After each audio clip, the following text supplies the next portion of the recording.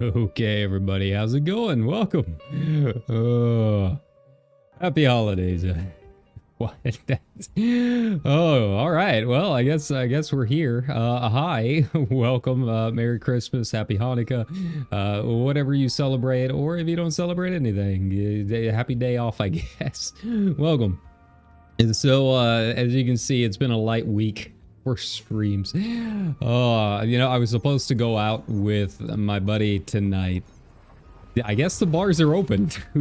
Who knew? He wanted to go out drinking. But we decided, you know what? He's going to go out. I was not feeling too hot. I think it was just, and really most of this week, I think just wall-to-wall customers the past 2 weekends have just finally taken a toll on me health-wise. So yeah, I've been dealing with a little bit of some throat and headache issues. So I'm just gonna chill tonight, and we're gonna play some Elite. Not exactly like the most Christmassy of games, but you know, some of you probably are watching because you don't want to be around people during the holidays, and you know what? I am here for you. So let's spend it like 20,000, 30,000 light years away from Earth and enjoy our time together as we can. Right now, I'm like out there. I'm like way out there. We're like way past Colonia at this point. I've really been on my search for a ringed neutron or a white dwarf star. Have not had any luck. Hey guys, how's it going way back there? I have not had any luck. So I just keep like branching out further and further and further, and yeah, just really not finding anything that's undiscovered. I'm just going through all the HMAS systems that I can find and trying to find some that have not been found yet. But aside from that, you know, I found some other cool stuff along the way. I've been posting on Inara. And so that's kind of what we're gonna do tonight. It's gonna be chill. It's gonna be a very lazy man stream, because again, I'm not feeling the best. But I figured, you know, I haven't really had a chance to chat in like a week, and I haven't really played Elite a whole lot in a while. So this is like a good opportunity to do that, and that's what we're gonna do. You know, as I go around searching, it's just been, I don't know, it's been a weird trip. I found some really good stuff, but nothing that like I really wanted to find. Oh, gonna do it. It's been snakes all the way down, like all night. Servers are getting slammed right now. But yeah, not quite what I'm looking for. Like I was a little bit closer. I was, you know, hanging out in Odin's Hold, trying to find some stuff up there. And you know, they've got a lot of HMAS systems. But, you know, there'd be these voxels, there'd be these sectors with something like 600 HMAS systems, and every single one of them had been found. Because, of course, there are explorers who only target the HMAS systems and nothing else.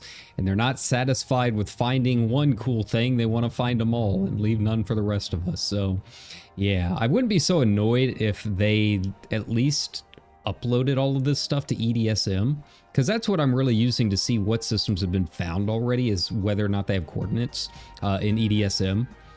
And yeah, you know, it's really annoying going and saying, oh, this one does not have coordinates listed, let's go check it out, and then seeing the same name pop up every single time at these systems that are sometimes, you know, 1,500 light years apart, right?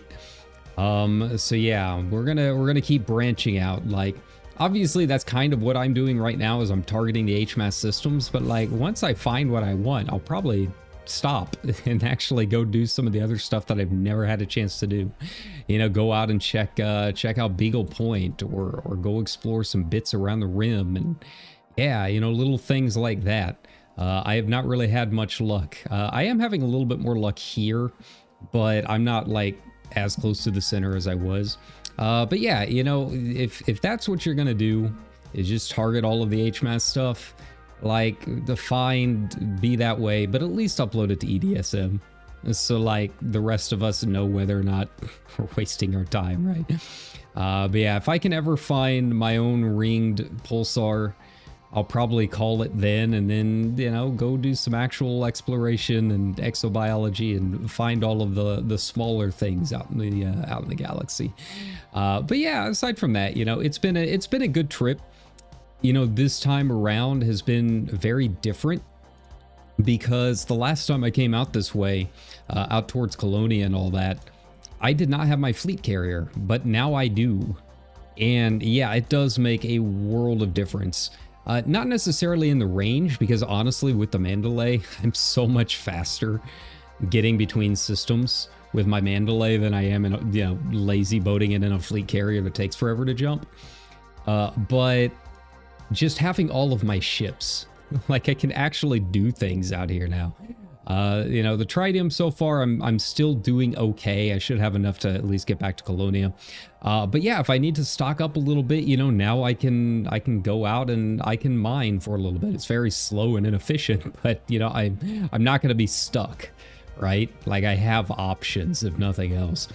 So yeah, you know, it's kind of nice. And yeah, I really hope that at some point on this trip, on this little expedition that I'm taking out here, if I can find that dream system, that ring star that I just really want to find.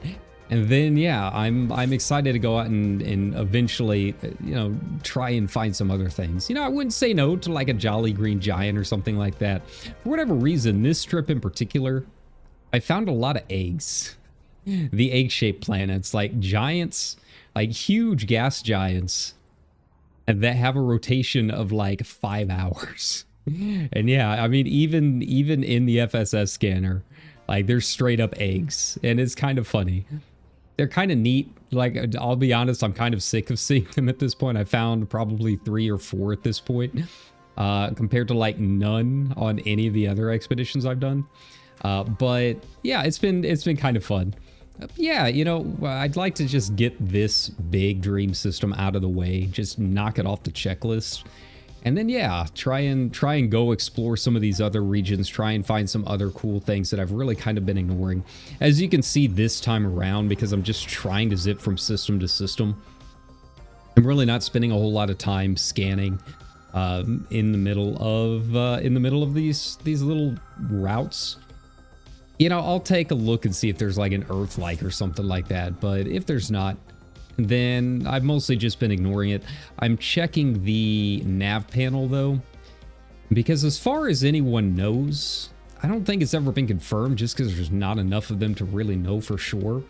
But all of the green gas giants apparently have NSPs around them, notable stellar phenomena, right? So if I see one of those, then I'll take some time to like slow down and maybe scan some things. I have not found any NSPs on this trip, so you know, I haven't really had a chance to really look around. But yeah, you know, I'd kind of like to check one of those out if one of those do happen to pop up. But aside from that, like, I'm not really going out of my way to map, you know, terraformables or anything like that.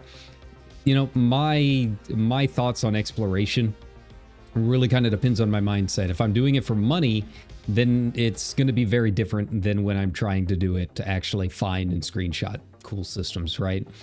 You know, at this point I'm doing all right on money.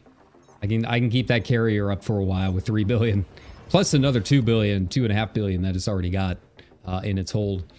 So yeah, you know, I'm not super concerned about money. I haven't really done any exobiology this trip. I even took out the SRV bay on this just to get a couple extra light years. But you know, at some point, if I can find, you know, a good system and call it at that. And then, yeah, I'll pop it back in and start doing some time with ExoBio. But yeah, you know, aside from that, you know, it's just been chill. This is really all I've been doing for the past, I don't know, probably the past week or so. Just, you know, just not dealing with the retail crowds or anything like that. It's been a rough holiday. It really has been worse than normal. And I worked Black Friday at a Best Buy for like 5 years in a row. So yeah, it says a lot when like this is one of the roughest. Like, as you guys know, I work at a bookstore. I work at a Barnes & Noble, right? And this year was the busiest weekend. This past weekend was the busiest weekend we've had in 5 years. But we had less than half the staff that they had 5 years ago. Because why would a company pay to staff their employees when they can just stress out the ones they already have, right? So yeah, it was rough. Like the past 2 weekends have been nothing but me just being stuck at the cash register, saying the same thing over and over and over again. You know, for hours on end. It's just not great. Like, I don't mind helping customers. I don't mind it being busy. What I mind is the repetition. I'm someone that likes to get out and talk to people. And honestly, that's where my best sales skills are. If they want to sell and make more money, then don't keep me at the cash register, right? But yeah, that's basically been like the past 2 years at this job. Yeah, I just took it because, you know, I like books and my degree's in writing. And Barnes & Noble was like the least bad option of the retail jobs that I've got here. But yeah, it's been rough. So, you know, as we look forward to the new year, I'm gonna be looking to make some changes. We'll be doing quite a bit here on the channel. I've kind of hinted at it a little bit, but I've got some scripted content that I'm trying to whip up.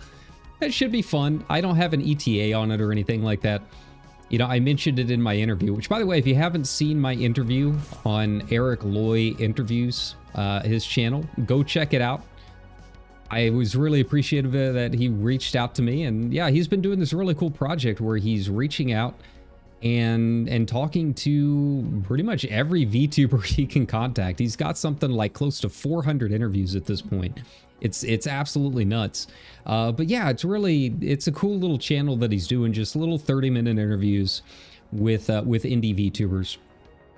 And yeah, I kind of mentioned it in my interview with him a couple weeks back that yeah, you know, we've got this scripted thing. There's no ETA on it. I'm thinking probably like spring-ish.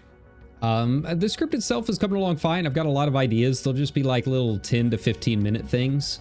But the thing is, I've got to make a lot of assets for it. You know, once the assets are done, I'll be able to use them each time, which will be nice. But that initial like startup is kind of taking some time. But it should be a lot of fun. It'll be a chance to kind of show you guys some of like my actual writing content. I don't know if it'll be funny or not. I think it's kind of funny. But we'll just have to wait and see. It'll be something a little bit different, something that I think is kind of needed in the VTuber sphere, because we have so much cool stuff that we can do as animated characters that we really, I feel like there aren't too many people that are really doing it. Polka maybe, because she has pulled in every week. But yeah, there's really not a whole lot of like scripted content with VTubers. And I think that's really an untapped market. But yeah, you know, we'll just have to see how it goes. It'll be something different. It'll be something new, hopefully fun. And, you know, if it doesn't work, it doesn't work. But it'll be, you know, I won't know if I don't try. That's kind of the way that it goes with any kind of content creation and being a VTuber. You know, you got to put the content out there to see if it's going to work. Aside from that, yeah, you know, it's, yeah, I don't really have any big resolutions for the year or anything like that.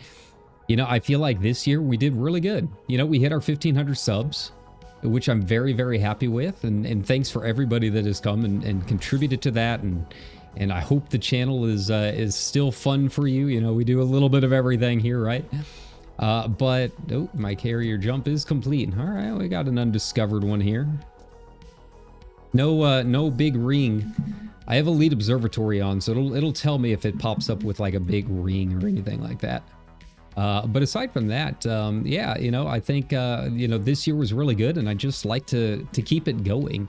So I'm not really doing like New Year's resolutions or anything like that for this year. I'd like to just, you know, just keep this momentum going forward, see where it takes us, see what we can do, and go from there. But you know, obviously I'm not going to complain if we end up hitting 2,000 next year or anything like that, or even beyond. There's a couple of other projects that I would like to get done, but they're not things that like I don't want to like put it onto the list, right?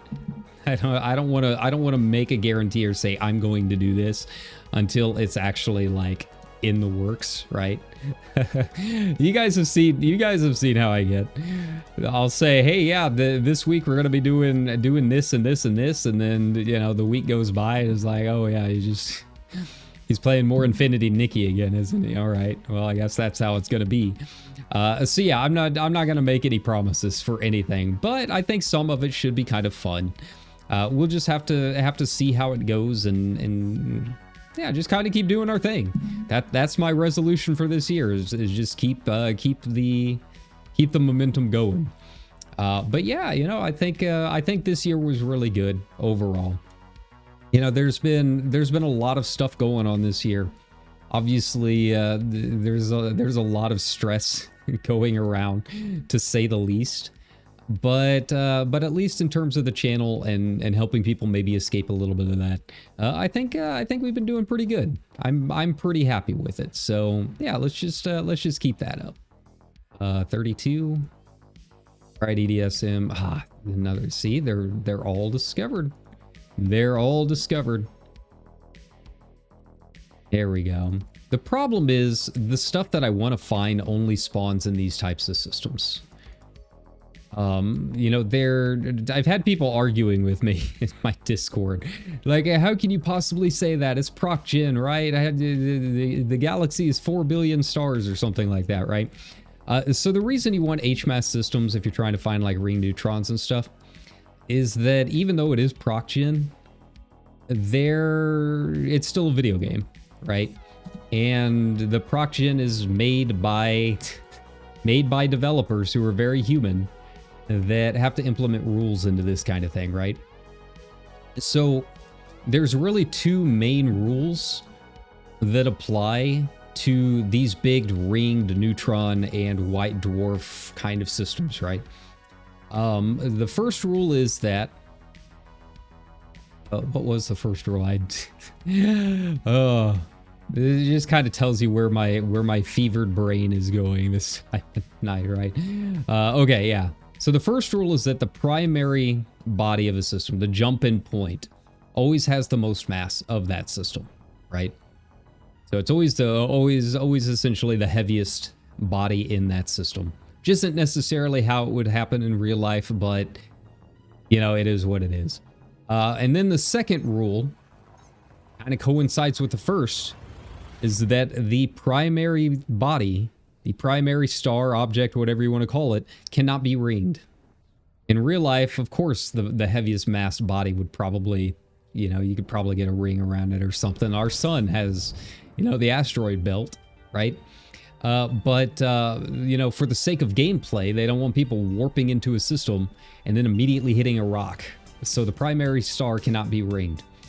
So with these ringed neutrons and ringed white dwarfs, which there aren't that many of to begin with, right? I mean, we've already had a couple of undiscovered systems here, just in this little voxel. They're so massive that there are very, very few objects in the galaxy that are going to have more mass than them. So, I mean, I guess it's possible you could find like a neutron star with a very, very tiny ring, right? But essentially, all of these ringed primary and pulsar stars are going to be heavier than any non-ringed star. And because of that, you can immediately, like, just by process of elimination, know what systems are going to have what, right? So, like, if you see a system that has a primary star that is a neutron star, then you know that it is not going to have a ring star in it, right? Because the neutron star that's the primary cannot be ringed. And because a ringed body would be heavier than the primary star, it conflicts with rule number 1. So essentially, the only things out there that are more massive and heavier than a ringed neutron or a ringed white dwarf star are going to be black holes, right? And that is why these HMAS systems tend to be so popular. As far as we know, they have only spawned in HMAS systems. Theoretically, I guess you might be able to find a small one or something like that in like an F system or something, right? But or like a G system or something. But because of how it generates the weights of everything, more than likely having a ring neutron in any system pretty much automatically bumps it up to being HMAS. It probably meets that threshold. And to be honest, it's probably a bug to begin with, right? Like ring neutrons and ringed white dwarfs really should not exist in real life. They're too violent, they're too spinny. The rotational forces would just tear apart anything that comes near it, right? But what's probably happened is that the Stellar Forge didn't take that into account. So whenever it tries to load in an HMAS system, all it's doing is it's trying to meet the mass requirements to make it an HMAS system. And the easiest way to do that is to just start adding rings to shit, right? And that way it can meet the mass requirements without necessarily being heavier than the black hole itself, right? Like I'm guessing that's what happened. And that is why you have these just absolutely huge rings around these neutron stars and white dwarfs. Is just essentially the game just started adding rings to try and meet the threshold that it needed, right? So yeah, that's why they're really popular. It just kind of sucks that, yeah, there's like what, 400 billion stars in the galaxy, whatever it happens to be. But there's only so many of these types of systems.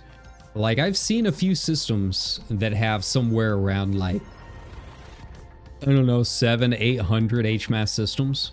But if you're close to the galactic plane, a lot of those are going to be like, you know, Wolf Rayets, O-type stars, maybe like blue supergiants, that kind of thing. Black holes only really start to spawn a little bit further away from the plane. That's where they tend to be more common, is like between 800 to 2000 out. And then beyond that, you get really weird stuff. But yeah, the farther you get away from the plane, the fewer those sectors are going to have. The fewer HMAS systems those sectors are going to have. So it eventually does become a thing where it's like, yeah, if you have a couple of dedicated explorers, you know, especially one explorer who is taking every HMAS system in a sector, right? Then yeah, you actually can run out of them in this game. You can actually discover every ringed pulsar that exists. And I mean, I'm not joking. Some of these sectors that I've been in, a little bit closer to the plane, really did have something like 700 HMAS systems. And I would guess maybe a third of those were probably black holes or had a black hole somewhere in it, right? Maybe it's like a twin binary kind of thing. And every single one of them had been tagged. Every single one. So yeah, you know, and then as you get further and further away from the galaxy, these sectors have fewer and fewer HMAS systems. You know, my last stop out here was in Odin's Hold. That one had, I don't know, 400, 500 systems. The sector that I'm in now has 40. And it's going to get smaller and smaller as you get farther out. So yeah, you know, there's been some discussion about whether or not all of the big ringed pulsars have already been found or not. And there seems to be a consensus that, like, we don't know, but honestly, it is a possibility. And yeah, that's kind of my frustration right now. Like I said, it wouldn't be a big deal if the commanders doing that had updated their EDSM stuff. But I either they were playing on console back before the split happened, so they couldn't use EDSM, or they just never wanted to do it. And yeah, you know, that ends up wasting a lot of time for everybody. So yeah, at least I am trying to keep my stuff updated, right? So any of these systems that I find, at least now you know not to waste your time. And like I said, if we can eventually find one, then that'll be that. And then we can go do other things. I'm not gonna sit there hoovering up every system. You know, speaking of, you know, when it comes to these big HMAS systems, I avoid Wolf-Rayets. Wolf-Rayets are really cool, but they typically don't have anything in them. And there is an EDSM badge for finding a Wolf-Rayet of your own. And I feel like that's just not fair if I went around like that one jack-off on Reddit who has it in his flare about how many he's discovered, right? So, yeah, I don't think that's fair to go through and just like tag everything that I see. Like, I am trying to leave stuff for other people. More than likely, if I'm still searching out here for like these HMAS systems, it's because I haven't found one interesting yet. And if I haven't found one interesting yet, then trust me, you probably won't find anything interesting in those systems I visited either. So, you know, you can rest assured that that I'm helping you. I'm helping you not waste your time more than anything else. I've got a lot of free time. I'd rather you guys with more limited time actually be able to like search for things you want to find, right? So yeah, I avoid Wolf-Rayets. I mean, we can take a look at one here if you've never seen a Wolf-Rayet in the game. I don't know if they'll be discovered or not, but there's one or two in this sector, I think. But yeah, they're kind of cool. I mean, they're very pretty. It's just a shame that like it's very rare to see a Wolf-Rayet with really any kind of bodies in it. You might see a couple other stars, but it's very rare that I've found one with other planets or anything, especially planets that are close enough to really get a good screenshot and show off the lighting effects that a Wolf-Rayet gives. I'd say at least half of the ones that I have visited, which again is not very many, but it's probably enough to give a decent idea of what to expect, right? I'd say at least half of them were just the Wolf-Rayet and nothing else. So, I mean, they're cool. Go get your badge. But outside of that, like, don't expect much. Man, why am I going so slow? Am I like... Interesting. There we go. Now we're moving along. I don't know what that was all about. I thought it was like caught in a gravity well or something. But yeah, I am kind of excited to finally end this hunt, in this search, and move on to other things. I think one of the reasons it's so popular to do this kind of thing is because it is a goal that is very well defined, right? And obviously you can just kind of like search through systems in the galaxy map and combine that with EDSM. So it's very easy. A lot of other exploration really does not have rules like this one follows, right? Like I'm looking for very specific things that do follow very specific spawning rules. 90% of like the rest of exploration and other cool things you can find in the galaxy do not follow any rules. I actually had someone in Discord being like, hey, you want to write a guide for a Discord on how to do exploration? I'm like, well, you point yourself in a direction and go. Yeah, that's, you know, there's really no real rhyme or reason to a lot of it. You know, the HMAS system thing, like I said, that's a good goal for very specific things. But a lot of the really cool stuff that I have come across in the search has just been the systems that I found along the way. Like these little systems that I'm traveling through now, like along those routes, that's where I found really a lot of the really interesting things. There's a couple of other, you know, you can get really nitpicky about specific rules when it comes to exploration. If you are looking for like Earth-likes, there are certain systems that have a better chance or more likely chance to spawn Earth-likes than others. You know, you really want like F or G class stars with like a D weight. Those supposedly have a little bit better chance. But to be honest, I found Earth-likes in systems that have white dwarfs as primary stars. I mean, there's really, you can really kind of look wherever you want.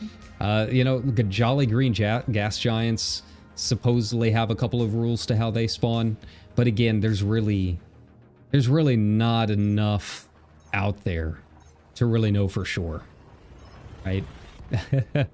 we haven't found enough. The sample size is too small. With the HMAS systems and stuff like ring dwarfs, like people have found enough of those to kind of know where to find that kind of thing. But like if you're looking for like crashing stars and really fast spinny eggs and that kind of thing, like there's that's just luck. that's just no, coming across the system and scanning things, right? I will say it does make it a lot easier if you don't have it install Elite Observatory. You know, you can't see it on my screen because I'm actually doing game capture. I don't have display capture on. But it does do a pop-up when it finds really interesting things. More rocky ice worlds. Well, we'll scan it just in case. I do sometimes try scanning the gas giants just in case I do find a jolly green that does not follow the NSP rule. Because, again, we just don't really know. And it'd be nice to have confirmation. Yeah, like the really big ring stars, ringed primary stars like you'd find in the Collection of Wonders and stuff. Like, people have visited enough neutrons and white dwarfs to know, like, okay, yeah, there's 400 billion stars in the galaxy, but we have enough of a sample size to know, like, okay, like, these systems are going to have them and these others are not. Right? Like, I think we've visited enough to know a little bit about how the Stellar Forge works, right? Yeah, you know, aside from that, it's just, with exploration, just really kind of getting out there and going. Just pointing yourself in a direction. Like, I'm getting frustrated with, you know, undiscovered things because I'm searching for, like, the heaviest, rarest systems in the galaxy, which so does everyone else. So does every other major explorer. If you're just flying around to, you know, G-class and dwarf stars and whatnot, like, God, you got a lot of options. You got all kinds of stuff out there. Right, anything good? I mean, at least we're having a little more luck here. Like these have all been undiscovered. So I mean, we are finding new stuff, sort of. I'm just not finding that neutron. I'm not finding that ringed pulsar. Yeah, obviously everyone wants their own collection of wonders. I think I've kind of given up on that. Like, there's got the collection of wonders. You got Odin's treasure over in Odin's Hold. You know, everyone hopes they find a system like that. I think I've kind of given up on finding like the magical dream system. I just want like one star, man. I just want one ringed pulsar. It doesn't. It can be just that and the black hole, and I would probably be fine with it. But so many of these HMAS black holes have already been found that it's getting a little frustrating. Frustrating. That's the name of the end of this year, right? I've had fun with the streaming and doing this with y'all, so yeah, we're just having fun. There we go. So this is 26, huh? All right, I'm back over to EDSM. There we go. But yeah, you know, we'll have to see how I'm feeling in the next couple of days. Just kind of play it by ear. I really wanted to stream more this week than I thought, than I actually did. Because yeah, you know, we've got a lot of stuff to do. I really want to finish Indiana Jones because I really like Indiana Jones. It's a really good game. But yeah, just have not had the chance to hop in and do it. Man, all of these, once again, same thing. Look at this, all of these have been found. There we go. Keep going over here then. All right. That's got coordinates. Yep. Coordinates All of them. Every single one. So yeah, we got the dregs. We got the tail end. The people who were too lazy to go to the end of the list. That's really all we got. All of the rest of these have had first discoveries. They've got coordinates listed in ADSM, so that's kind of that, I guess. I guess we'll start moving over to the next system then. Let's. Can we do 9? Guessing all of these have been found too.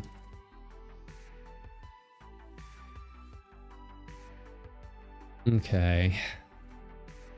Well, you know, we'll keep going down the entire list until it's exhausted, just in case. But yeah, I had a lot of hope. You know, after getting those first couple. But yeah, looks like the rest of these have all been found. I'm just gonna go through here in EDSM and just put them all in and see.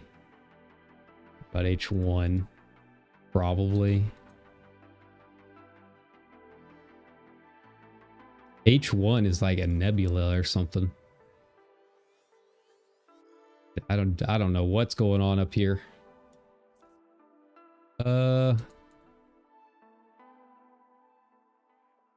One. Interesting.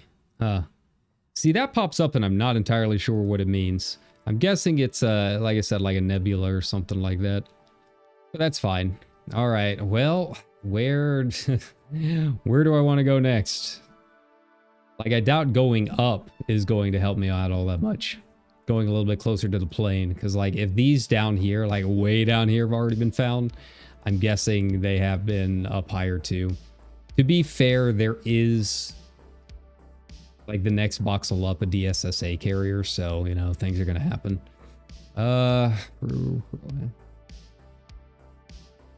What about just Fru Prey? let's just take a look at that. I'm guessing there's not going to be that many. I think I tried looking at this earlier and did not see all that many systems. Yeah, see, it's only got 2. Wow. Okay. Like, that's down there. That is like down there. I don't even know if well, yeah, I could probably reach it with the Mandy. Oh well. Guess I'll just keep going west or something. I don't know. Where am I? Here we go.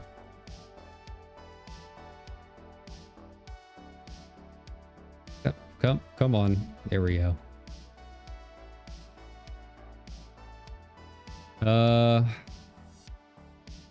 There we go. Just typing it wrong. Let's get back to the plane that I'm at, where I'm supposed to be, and yeah, we'll just keep going that direction. It's gonna be a bit of a journey, but that's fine. I'm checking the Ed Astro map to kind of see where people have been, and just kind of going from there. This is gonna be such a trip. It's gonna be like 30 jumps or something. Some BS.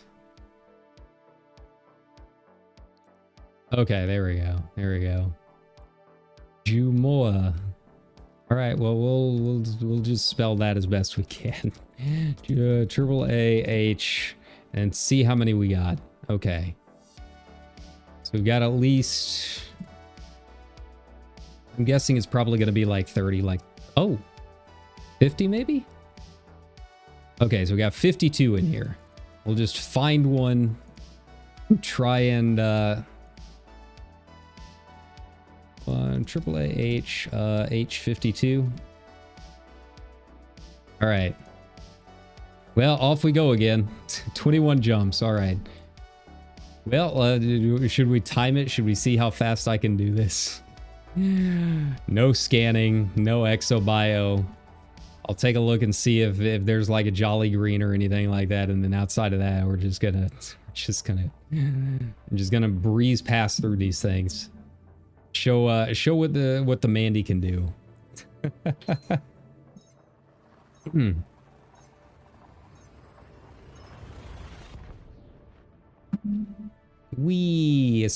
I'm really surprised that I haven't disconnected since I started the stream. Like an hour beforehand, pretty much until the moment I press start, it was just like mauve adders every 15 jumps or so. It's been bad. It's been really bad. I don't know what the deal is. I'm guessing. Oh, here we go. Here we go. Are we gonna make it? Are we gonna make it? We're gonna make it. Hey, look at this. Look at that.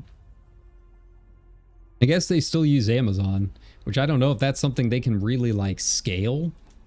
Like I doubt they can like temporarily scale it for like a month or whatever. I'm guessing they have a contract, and like if they want to scale it up, they have to like pay a certain amount. I'm not entirely sure how AWS works, but it doesn't seem like something that like on business scale that they can really boost up temporarily like that. Okay. Yeah, you guys have a good holiday. You guys have a good have a good Christmas. First day, it is the first day of Hanukkah, right? I think it is. Yeah. It was chill here. It's been like rainy and drizzly. If I was feeling a little bit better, I probably would have went today to go see Nosferatu. There's a good Christmas movie for you. But I've been really interested in it ever since I saw the first preview and realized that it was going to become a thing. And apparently, yeah, it is really good. So, yeah, maybe I'll do that tomorrow. I don't know. It was just chill. Like we did like 2 separate things. My brother and all of his kids came over, and they did their thing, and I kind of just ignored them and ate in my room. And then we did our like close family, not the extended nieces and nephews thing afterwards. It was chill. It was very low key. Nothing really big or fancy. Like I could probably stand. I don't know. I'm thinking about getting a new webcam once they go on sale. Like that's how I use VTube Studio, just webcam. I do not have the space or the capability to use my phone and actually keep it charged. So yeah, I think maybe upgrading. This one is locked to 30 FPS, so I'd like to get a 60 FPS one because I feel like I did a lot of work on this rigging, but the FPS is just it's just not showing it off as smoothly as I want. So yeah, and then yeah, I think maybe if I do get the opportunity, go ahead and buy the 3-year license of Live 2D and get started on that. So, you know, we'll see. I'd like to maybe get up there on VGN at some point. I haven't really looked into it too heavily. I know you need like invite codes or something like that, but I'd like to practice on a couple of more models beyond my own, and just to make sure that I'm staying sharp and I don't have to read a bunch of tutorials every single time. But yeah, you know, if we're not able to really grow as much as I want in the next year or so here on the channel, then, you know, maybe doing some rigging commissions will be the way to do it, right? Maybe that will be the end game. But, you know, that's just me thinking. That's just me thinking. I think a lot of things. That doesn't mean necessarily all of them are going to happen. Oh. Yeah, aside from that, it was just a weird holiday. It was just a weird Christmas. I don't know. I'm ready for winter to be over already. So, you know, let's get into the new year and get spring here as fast as we can. Yeah, you know, it would have been nice to go out with my buddy tonight. I'm honestly surprised. I'm honestly surprised that our downtown even has places open, but I guess that's the case. But yeah, with another long weekend at work coming up, I just wanted to make sure to play it safe, right? But yeah, It's just been very low key all the way around. It's been very low energy, a very low energy holiday. You know, as a kid, you always wake up and like everything's like a blockbuster holiday, right? You get the big gifts, you get the Xboxes and the big toys and all of that. And this, as an adult, you wake up and it's like, all right, clothes. Which, to be fair, I needed clothes, and some of them are kind of cool, but they're not. I wouldn't necessarily call them exciting presents, right? Me, I'm kind of practical with my presents. I like things that I am going to actually use, right? Like anything that helps me with my work, right? Anything that would help with here on the channel. So yeah, things like a new webcam, or a couple of years ago I got this microphone, like that kind of thing. Like those kind of things really excite me. Clothes are kind of more like a need, like a necessity. Obviously they are. But like they're nice. I need them, but it's not like super exciting to me. But I also don't need like a bunch of like video game things. Like I'm not the kind of person that I think would ask for like a new graphics card or a console or something like that for Christmas. Like those are the kind of things that I would probably just like buy myself, right? And trying to explain to, to your parents what a graphics card is and what exactly you need. That's a bit much. When I got the microphone, I basically wrote down, here's the specific model and SKU number that you need to get me. And left it at that. And yeah, they did it. So that's good. So yeah, I guess I'm kind of hard to buy in that respect, because a lot of the things that would excite me, or things that are genuinely fun, are things that I would just end up getting just on my own. Yeah, because it kind of is an investment, like a graphics card. That's obviously tied to what we're doing here on the channel, right? So I would just do that. Like I'm not gonna wait until holiday season to get one of those. I'm just gonna go ahead and do the upgrades. Like it's a business cost, right? It's an investment. All right, still really nothing. Any Earthlights? No. It's just rocky ice worlds all the way down. Love being able to jump while scooping. Mandalay is so good.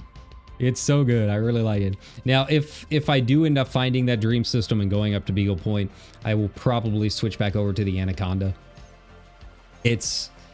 I know there's a lot of you out there on Reddit and whatnot. They're like, why would you use the Anaconda? It's so slow. Mandalay's so much better. It's objectively better. And it's like, one, I don't think so, because I like the way the Anaconda feels. But two, it's kind of the ship that I think most people here on the channel kind of know. Like it's my ship. That's Weston's ship is the Cloud Kicker, right? So if I'm gonna do like a big trip to a big POI, like Beagle Point, like I'm gonna use my iconic ship. I'm gonna use the one that people know me for. And I don't really mind it being kind of a slow barge. Like that's fine. It's only, I think, 3 light years shorter jump range than the Mandalay, now that I've got them all tricked out with G5 life engineering, life support engineering. And they're all lightweight. So yeah, like this one I'm officially at 90, so yeah, 91. A little bit more. But I mean, there's only so much you're gonna be able to do with it. It's very rare that I actually have a jump 91 light years away. It's almost always like just a set amount, somewhere between 80 and 90. Like most of the time it'll end up being like 86, 87 light years. So it's very rare that I'm going to get the most out of that jump range anyways, unless I'm just manually plotting everything for some weird reason, right? There we go. So yeah, the Anaconda will probably do, but that's kind of a ways out. I mean, obviously that's after I get done trying to find the magic system. That's a ways out. It's possible I may never find anything. It's entirely possible I just keep going west until I reach the edge of the galaxy. I prefer not to. I'd like to be able to get back to my fleet carrier, but it's not the first time I've just kind of wandered off and got lost. It's kind of what we do here on the channel, right? Not just in this game, but really any game. Most of the time I have no idea where I am, what day it is, where I'm going, my general state of mind. Oh. All right, but yeah, like I said, you know, I hope you all had a good one. You know, I hope if you are the kind of person that wants exciting presents, then I hope you got your exciting presents and got what you wanted. Like I said, if not, if you're someone that does not typically enjoy the holidays, well, welcome. Come escape with me. Come and avoid the cruelty of life for a little bit. I mean, honestly, that's kind of what I'm looking at towards the new year. Like, all of my goals, like I said, I don't have too many VTuber goals. As far as the channel goes, we're just gonna keep doing our thing and have some fun. But real life goals, yeah, we've got a few. I'm really looking to get out of here. Really looking to move. Find get back to having my own place to live and making enough to do so. Making enough that I can finally eat. That's kind of where I'm at right now. I doubt I'll go and map any of these, but neutron system, maybe it'll have something interesting in it. Something close to one of the tails or something. Boo-doo-doo-doo. But yeah, that's kind of where I'm at with like real life stuff is yeah, just finally move back to a place that actually has people. Please, I need society. We live in a society, and yet I still crave it. I need places to eat. I need people to be around and events to go to with people actually my age, or at least share the same interest. Like that's the rough part, is like no one around here really has a whole lot of the same interests. And those that do, I mean, they're nice people, but I don't necessarily think I would go out of my way to hang out with them. Like, right? It's just, yeah.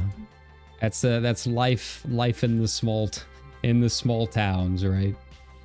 That's where we're at. So yeah, you know, I'd like to get back to a bigger area, see some skyscrapers, being able to walk to get groceries again. That would be really nice. I miss my Ralph Walks in California. 2 o'clock in the morning, don't matter. I'm walking down Burbank Boulevard, and I'm going grocery shopping, or I'm going to 7-Eleven and getting a hot dog. It don't matter. I don't care. I can't do that here. There's almost nothing in walking distance. I think we've got like one gas station that I go to every now and then if I just want to like buy a soda or something like that. But nothing for like groceries or food or anything like that.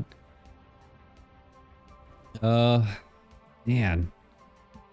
More rocky ice worlds, just all the way down. I'm really kind of surprised that I have not found any NSPs. Like, at all on this trip. I've probably visited close to... I mean, including the trip to Colonia? God, we gotta be getting close to another 1,000 systems. And yeah, I still have not found any NSPs. It's very weird. I mean, they are rare. But like, my experiences with them before is like, they're rare, but not necessarily like that rare, right? Usually I come across a couple on any big trip, just like traveling from point to point. I mean, to be honest, it's not really that big of a deal. Like, NSPs are cool, I guess, but they're not something I'd like really go out of my way for. Most of the ones I found have all just been the big crystals. And yeah, they might have a different composition. than the last patch of crystals, but I haven't found any of like the weird pods or anything like that. The main reason I want the NSPs is because of the Jolly Green Giants, because then maybe, you know, there's a chance, right? There's a chance. Trust me, I got a better chance of that than having chances in anything else in my life, so I'll take what I can get.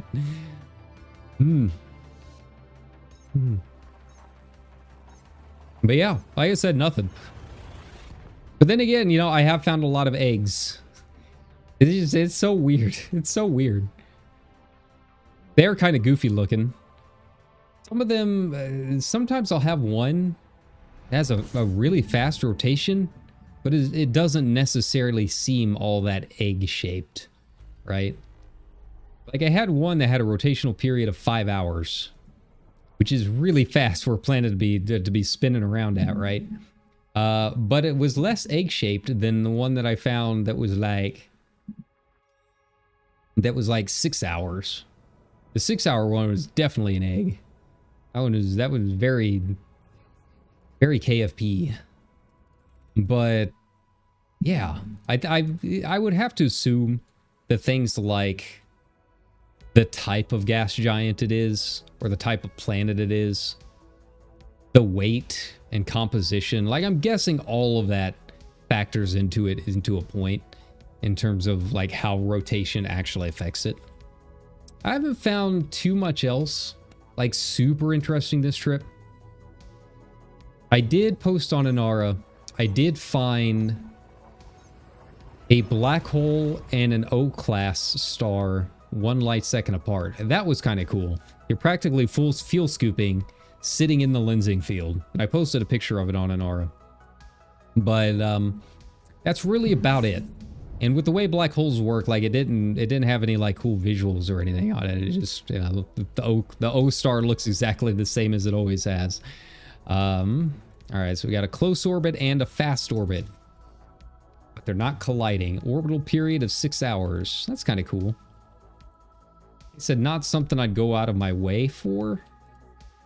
I found a few like that in my travels. 6 hours seems to be like the most common for it to start popping up in an observatory, but I mean, it's neat. It's something to put on the list, I guess. Okay, there we go. Nothing. The problem with the green giants is, as far as we know, they're all ammonia based. I think maybe someone has said that they could be water based. I think maybe there might be one out there.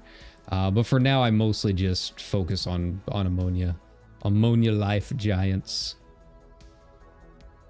All right. Which, I mean, you can kind of get that figured out once you know the spectrograph down at the bottom, right? Okay. But yeah, I've never seen like a colliding planet or anything like that. It wasn't this trip. I think my last trip out, I did find a landable body, a landable planet that was like right next to the rings. I can't remember what the actual distance was, but it was something like maybe a couple 100 kilometers away from a ring. And that was kind of cool. You get a really good view from that. That's really about it. I haven't found anything like mustache and bow tie, which is probably the coolest system that I visited. And that one's like my oldest picture on Inara. One with the neutron star and yellow star that you warp in and you're placed right between them. So you're like trying to carefully get out of it. You know, make sure not to blow up, and then the moment you get around that G-class star, there's a white dwarf sitting right next to it being like, surprise fucker, welcome. That one's probably my favorite system. It's got a bunch of landable ringed bodies and really, really good viewing distance of all of them. Like, it's the kind of system that if they ever expand the range for colonization when that comes out, I'd like to maybe go up there and make that my home system. But yeah, it's out there though. It's like out there. It's up just a little bit past Sag A, if I remember right. So yeah, 10 light year range, that ain't happening. I'd like to think that they're just doing that to start. It made it sound like the first iteration of it when it officially releases is going to be a beta. And they're like, you know, we're calling it a beta, but you don't really lose any progress and everyone can take part in it. They just want to be very cautious about expectations of it. It sounds like, which is, that's a good thing. I do hope they eventually expand it. I can see why they want to keep it short, to make sure everything works. You know, I think the big if is how it's going to affect the BGS, because it already takes a while for the tick to go through as it is. So, you know, you expand the bubble a ton, and yeah, you got a lot that's running in the background. It's going to take a day. The tick's going to be like a day behind what's actually happening, right? So yeah, you know, it makes sense that they want to try and keep it simple, but I do hope that they eventually expand it. 10 is way too short. I mean, there are gaps between some of these arms where 10 light years won't get you across that. Like, just straight up. In fact, where I'm at right now, here at the bottom, I don't think a lot of these systems have anything within 10 light years. Now, obviously, not everyone's going to want to colonize the very bottom of the galaxy, right? In fact, it may be that they intended it to be that way, where you can't come out here. You still want things to explore. But like along the plane, it does seem kind of short. Especially considering the colonization fleet carrier is, you know, a fleet carrier. Mine's got a range of 500 light years. What are they doing? They forget how the Thargoid drives work? Like, what's up? We should have that technology now. We got the giant ruins of it floating above the Earth. Which, speaking of, because I don't think I streamed anything from Kosijo, but yeah, that was fun. I had a good time doing it. It was nice to see the community coming together. I was hoping there would be a little bit more happening after the CG was over. But, you know, we got a little bit of a break. And it is obviously the holidays. I think maybe they hinted that more would be coming after the new year. So, I mean, it does make a little bit of sense that maybe there's not as much going on right now. Just, you know, you gotta factor in real life stuff. The devs are people. They deserve a break too. So yeah, we'll see what happens come next year and what leads up to colonization. See if there's any other big surprises with the Thargoids.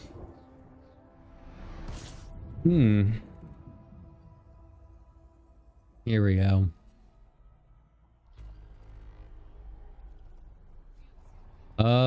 Man. 46 systems and none of them are going to be worth it. Oh, hey, it's okay. That's rare. Usually when there's this many systems, it's all ice. All the way around. Guessing, yeah. Okay, well, it's probably going to be around one of these or something, I would assume. I would at least like to try and get the water world scanned in, if nothing else. Add that to the pile. There we go. Like I said, I'm not making a ton of money this trip out. I've got other priorities. But I'm not gonna say no to scanning free water worlds, right? Here we go. But yeah, you know, it was funny seeing the CG. And like after the SEO rewards were introduced, about I got into a big argument with my Discord over it. It was like, I can't believe people are surprised that, you know, this thing that they've been talking about for weeks might have a CG with it, and that CG will probably have some really good rewards, right? And yeah, it was all in response to people complaining that they were going to miss out because they couldn't play that weekend. And like, hey, I get it. FOMO sucks. It absolutely sucks. Like that's not my argument.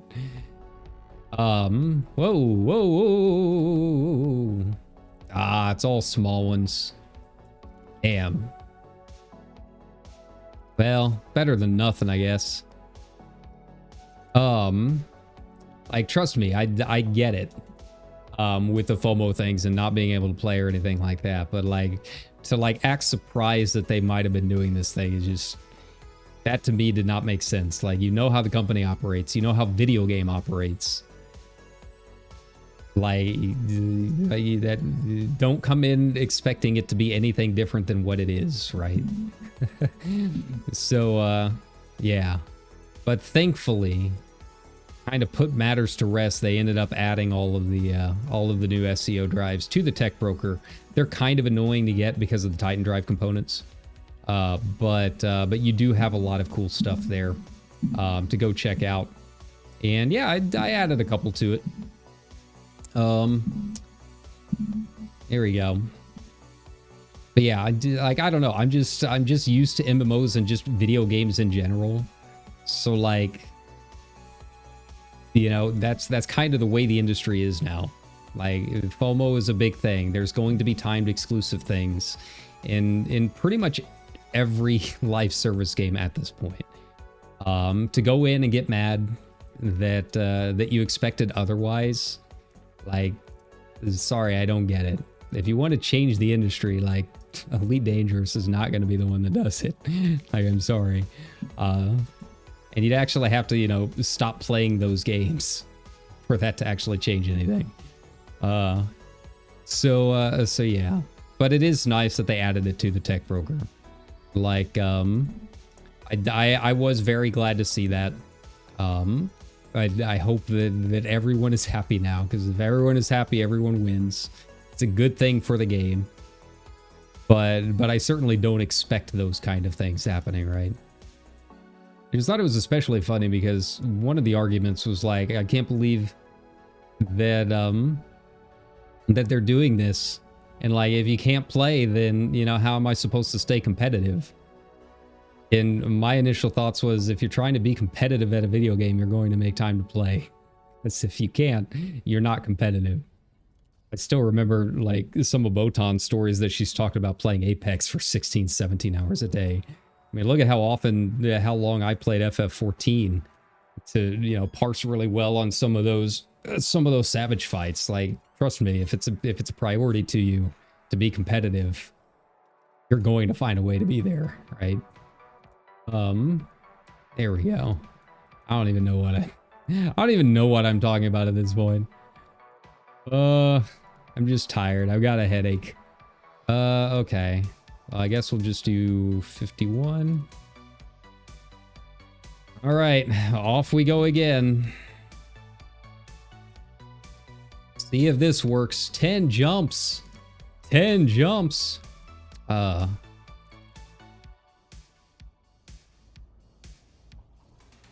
right. I guess my whole point is like, yeah, the FOMO stuff really sucks. And I think timed exclusives are ultimately bad. But at the same time, until the industry changes, and until, like, big consumer practices and regulations are put in to, like, prevent some of these bad video game practices, like, you gotta play the game that is on the field, right? That's my basic point. Like, there's no sense in being mad about something like that. Because if you played a lot of games, you probably wouldn't be mad about it because you'd be used to it. And that doesn't mean it's a good thing. I don't necessarily spend any more money on stuff just because it's a timed exclusive or anything like that, right? I'm gonna play what I want to play.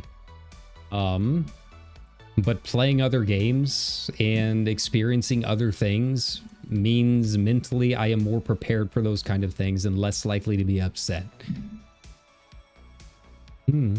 High value body, okay. That's kind of the weird thing with a lot of the people that I play with in my squadron, is like, this is really the main game that they play. They play this, they play Deep Rock Galactic, and they play Helldivers 2. That's really the only games I ever hear them talk about.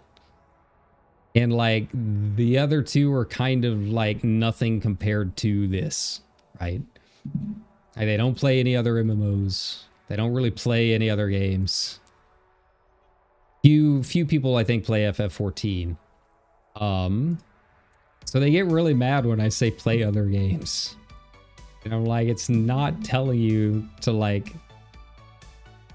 it's not telling you that like, oh, well, you just suck at this game, right? Like, that's not why I'm saying it so you have a better idea of what the overall field is like within the overall community of gaming. And also so you have more to prep yourself and your own expectations, right? There's never anything wrong with playing more things and getting better experiences, right? God, if people were mad about the FOMO in this game, God help them if they play Black Ops. I end up missing that one community goal weapon because I forgot to log in. That one that was on that second stream or first or second stream that I did. And it was a really good one too. It's like, well, that's something I'm never seeing again. And it's like, yeah, like if they think the FOMO is bad in this game, like, oh man, they've got bad news about literally every other major game that people actually play.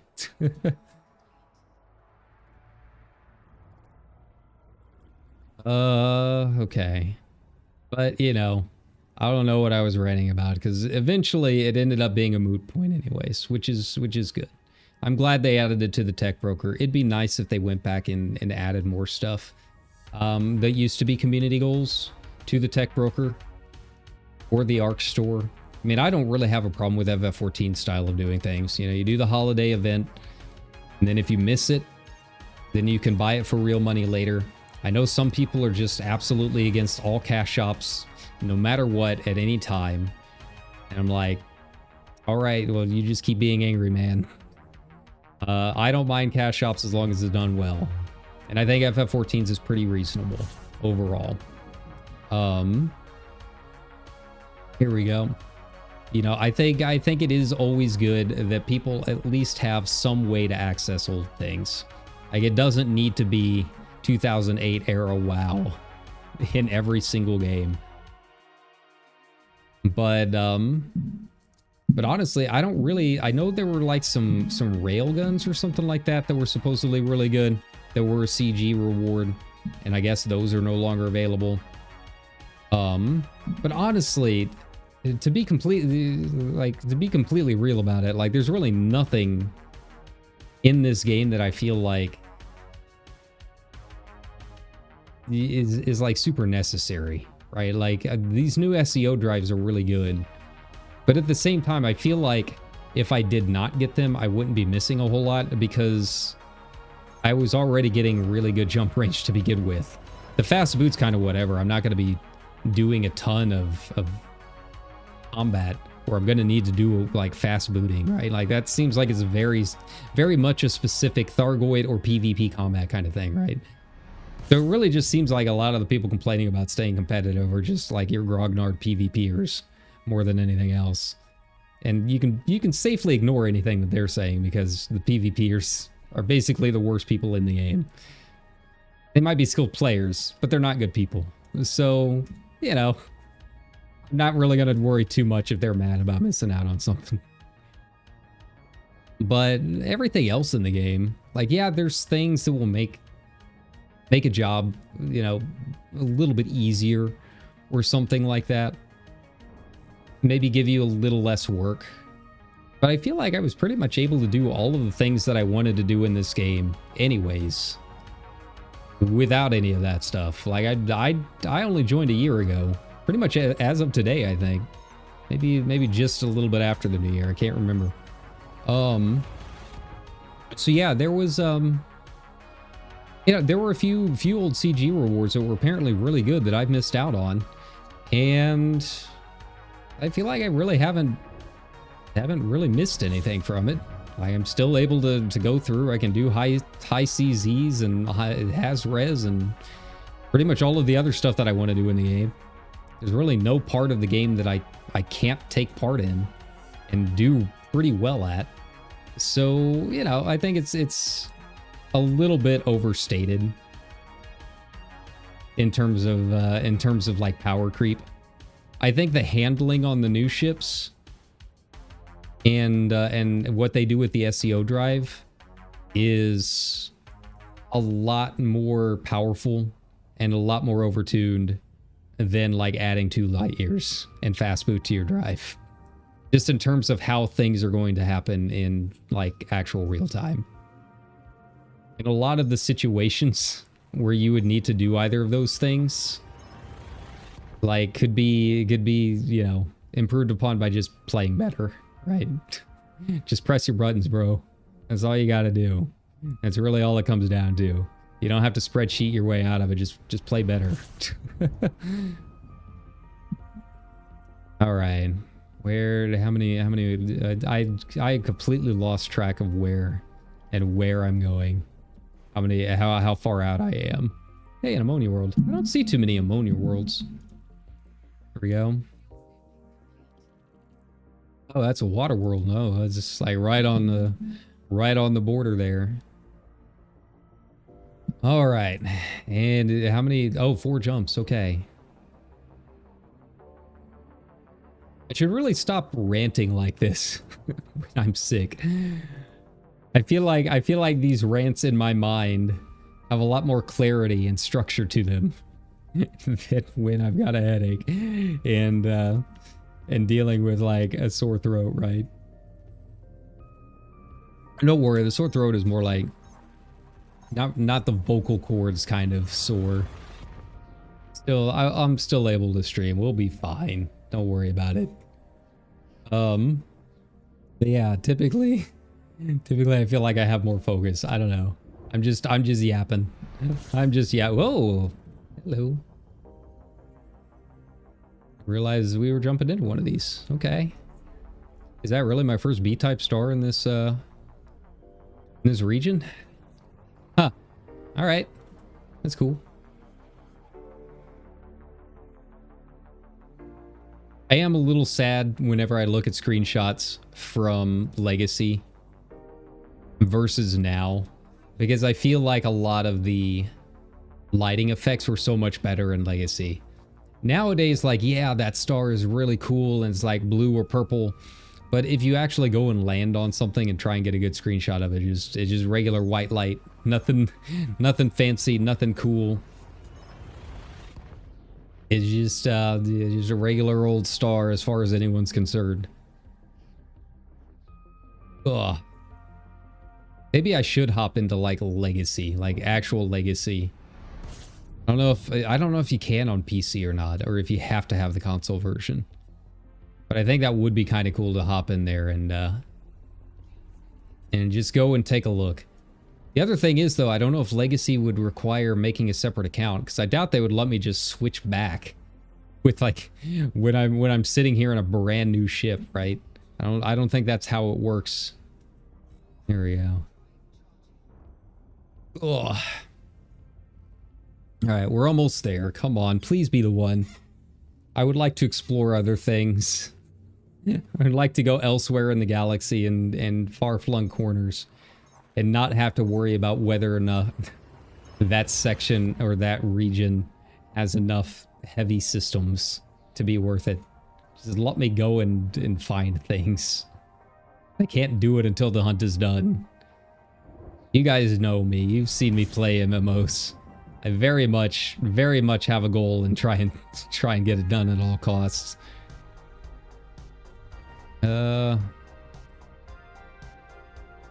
There we go.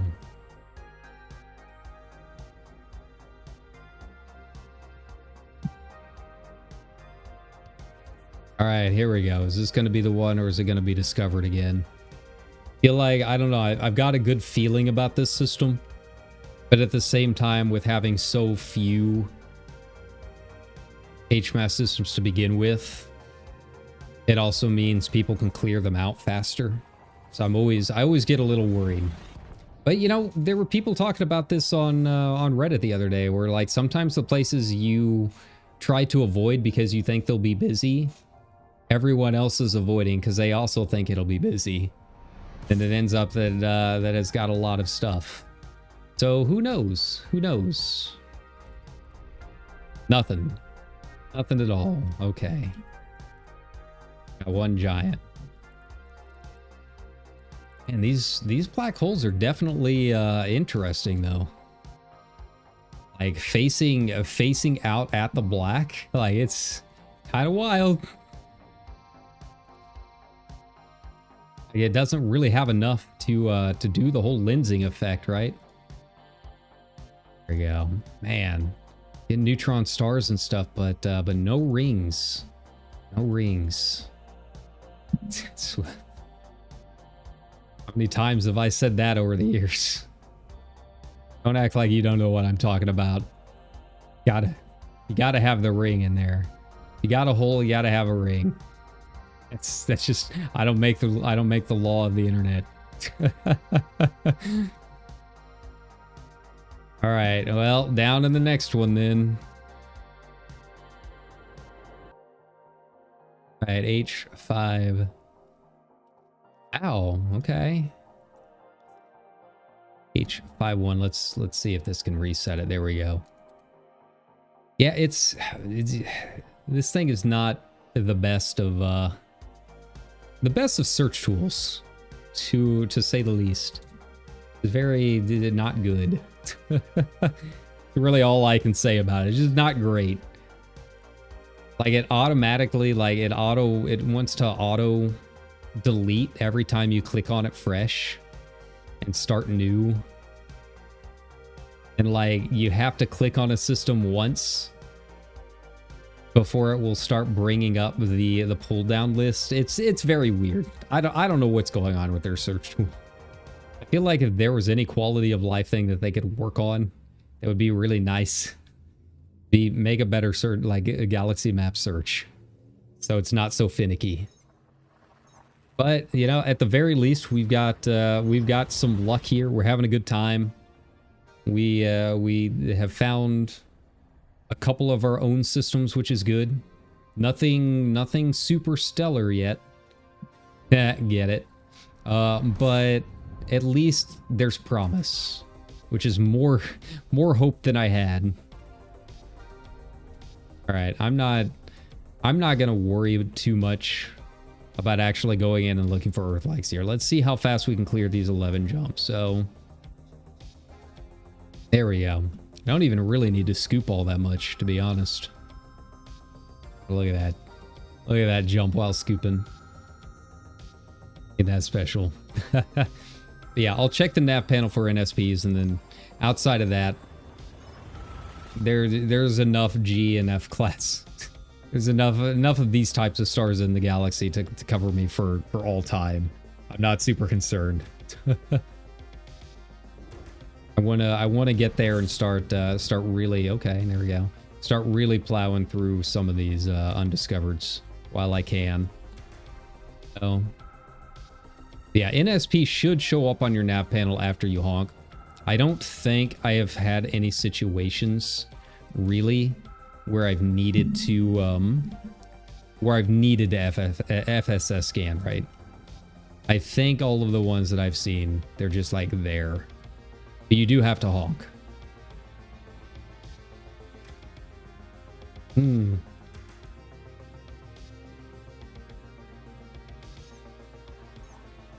Ugh. But yeah, the other thing is, like, you know, they were asking me how I find all of these cool things out in the galaxy. I think the other big thing that I think kind of goes unnoticed or really doesn't get enough appreciation, I don't neutron jump. I do everything slow boating it.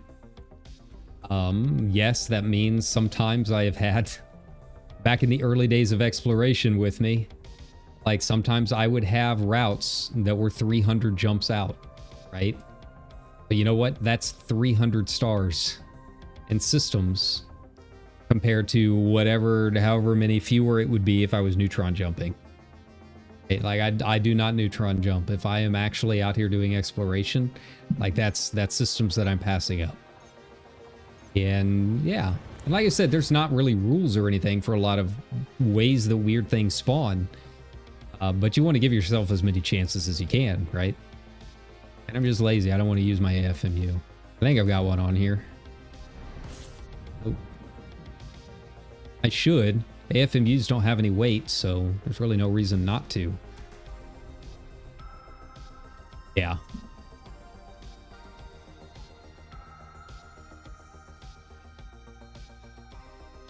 I do wish that they would fix that too. Where it says fuel scoop and then the charging bar is like right on top of it. I guess maybe they just assumed you'd never jump while scooping. But then they made the dolphin and the Mandalay, so, you know, joke's on them.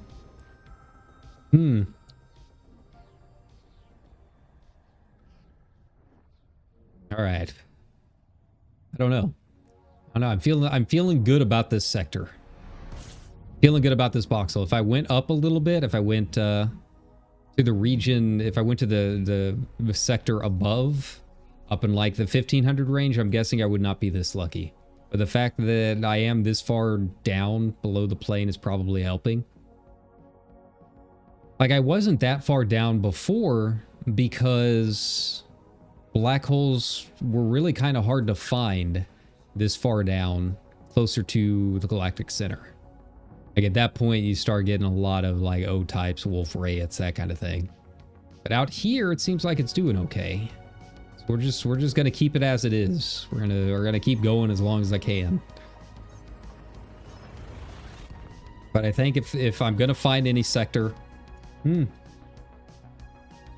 with something interesting to see and screenshot, it's gonna be this one. I mean, that's really what it's all about, right? Like, that's really why I'm doing all of this and playing Elite all that much.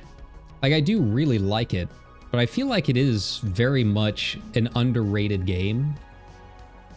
And the reason I got into it was because of the screenshots and seeing what exactly the game offered. Because I thought it was just space combat. I literally thought that was like the whole point of the game. And you can do that if you want. But like, it wasn't until I really started looking at screenshots that I was like, oh, there's like, this is like an actual space sim. Like, this, you can actually see cool things, right? And it still does look really good for being a 10-year-old game. Excuse me. So yeah, that's why I'm doing it. Like, I can talk about efficiency and combat and brag about whatever I'm doing with my merits or whatever I happen to be doing. But ultimately, I'm an explorer. This is really what it's all about, is just trying to share the game and show people what you can potentially be doing. And obviously there's a lot of people that are not going to like doing this many jumps in a video game, right? Like, let's be honest, it is very mindless. And right now I'm streaming it, so you can imagine how no thoughts head empty it is when I'm not streaming it, right? I've usually got like Netflix or something going on in the background, just catching up on shows, whatever happens to be. So, I mean, that's not going to be for everyone, and that's fine. But I think this game has a lot more potential and more potential players than it really gets credit for. Like, yeah, it's got some jank. Yeah, FDev makes some weird decisions sometimes, but overall, it's still a pretty good game. It's definitely one of the more beautiful ones if you like space stuff at all. So yeah, that's what it's all here for. That's why I'm trying to find these cool systems, is to show off something that hasn't been found before. That's really the heart of the exploration, right? Is yeah. Like, the dude that I really don't get along with in my Discord, who's, come to think of it, is a mod. I probably, yeah, that could cause some problems at some point, right? But yeah, the dude I really don't get about it. He's one of those types that's just all about efficiency, and he doesn't understand. He doesn't get why someone would enjoy something if they're not being like efficient about it. Like, his enjoyment is tied to the spreadsheets, right? And it's no surprise that he absolutely hates the idea of exploration, because he's not capable of living in the moment or experiencing joy out of anything that doesn't have a chart next to it, right? But if you are the kind of person that just likes exploring and not knowing what's ahead and trying to find things that you don't know exist, right? Like this has a lot out here for you. Here we go. Like, I'm very much the kind of guy that likes living in the moment and trying to find new things and secrets and learning about what's out there, even though I may never find it, right? But that's just kind of how I live my life, right? Like, I like living that way and just kind of seeing where things go. It's not about efficiency. That doesn't mean you can't be good. It's, trust me, I'll put my FF14 Red Mage against almost any spreadsheet nerd any day. But it's about how you find joy and being able to like find joy in things that don't always have a point. Let's just put it that way. Because if you can't be happy finding joy in things that don't necessarily serve a purpose, then like, how do you go through life? Like, genuinely, how do you do it? Because really, life in general, no point to it. You gotta make your own point. You gotta come up with your own reasoning for it, right? But when you take that step back and like just enjoy being here, like, it opens up a lot of doors, in my opinion. But then again, don't listen to me. I'm the guy that likes like just sitting in the park for a couple of hours, reading a book, or, you know, buying a National Geographic subscription right out of high school and keeping that up for a good 15 years. Oh, are we there already? All right. Oh. It doesn't look like any newts. Got a couple dwarfs. Yeah. That's like 90% of what I find is just you know, brown dwarfs out here. They'll have some pretty big rings. They're honestly kind of scary, especially in a black hole system like this, because they're so faint. Like, I think the largest that I found so far was something like 11 light seconds across. No, it was bigger than that. I can't remember, but it was big. But it was so faint that you really couldn't see it, let alone try scanning it. Like, if you can get close enough to the star to scan the rings, that helps out a lot, because then it'll show up in your discovery scanner, in your exploration view, whatever it is, right? Yeah, it's so dark here and the rings are so faint that yeah, they're genuinely kind of terrifying. I think the scariest object to me is probably going to be the ringed white dwarfs, because those can actually kill you. Those will actually blow up your ship. White dwarfs do not give off any light, so the rings are always very dark. You cannot you can go into the asteroid belt, or you can go and do some mining, but you can't see anything in there. And if you get too close, it'll burn you to a crisp. Like, there's a very, very narrow range of where you can actually hang out.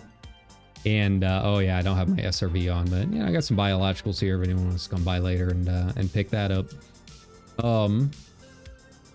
Yeah, those will actually burn you.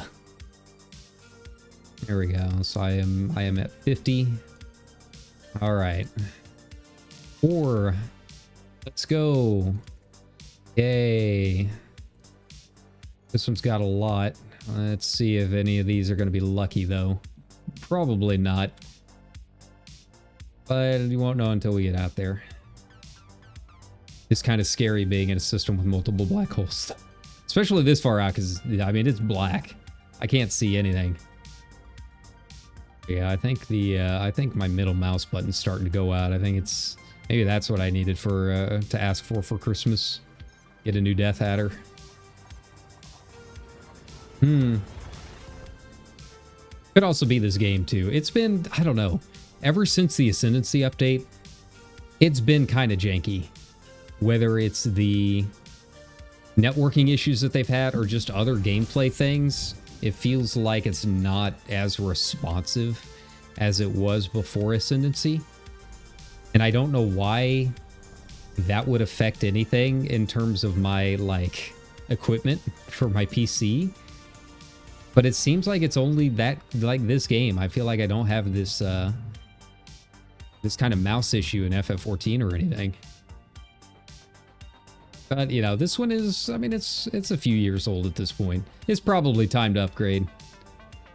So, you know, if you want to help me upgrade my equipment, like, subscribe. Help me keep the momentum forward as we go into the new year. I guess the next step up will be 2,000, but we'll just keep going. We'll keep going as high as we can, right? Silver play button tomorrow, right? But nah, every little bit does count, and every little bit helps. And sure enough, I need to come up with some good goals for super chats. I haven't really. I've got the little goal thing enabled, but I have not been able to think of any decent goals for the kind of stuff that we're doing. Granted, it's been kind of a busy couple of weeks, so it's not like we've really had a chance to really stream a whole lot to try it. But yeah, you know, maybe that'll help out a little bit. There we go. But that's all right. I mean, you guys, I know how you are. We get people from all sorts of different time zones and regions around the world coming to check out the channel. So I feel like a lot of y'all probably watch on VOD. So hello VOD watchers. So that's fine. We're not really like a super chat kind of channel. I appreciate them when people do give them, but it's not like, it's not the big thing yet. Maybe as we grow more, we can become one of those, and then I can escape retail. But that's not where we're at right now. Now I am thinking, you know, if we can get closer to 2,000, maybe we can start considering some memberships. I can enable them at any time. I just haven't done it yet because I'm not entirely sure how many of you guys are like regular watchers. You know, I have a couple regular chatters, but a lot of people lurk, and that's completely fair. But yeah, I don't know how many of my VOD and channel watchers would really justify a membership. But I mean, it is an option. If you guys want that enabled, you know, you can always hit me up. You can always comment or send me a message on Blue Sky or anything like that. And we can consider that into the new year. I'd have to make some emotes and stuff for it and come up with some interesting content. Probably be things like watch-alongs and stuff to, you know, at first. But, you know, maybe some more guitar practice streams or something like that that's a little more exclusive or something. But, you know, that's something to consider. I feel like memberships would probably do a little bit better than just, like, straight cash for a lot of my viewers. It's always tricky because every VTuber is different. Every audience is different. You guys are very chill. Some of the VTubers that I watch are a little more hectic. I don't even know what's going on over on Twitch. I specifically avoid Twitch because it is too much casinofication with stuff, and I've ranted about that many times. But yeah, you know, so what works for other VTubers might not work for this channel. But it's just something to kind of consider. I mean, if you guys want to, you know, throw $5 a month to this to help make better content, then that's something we can kind of consider. But, you know, we don't really have like our own memes or anything like that that's specific to us. So trying to come up with the emotes and stuff might be a little bit difficult, but you never know. We can just play around and see where it takes us, right?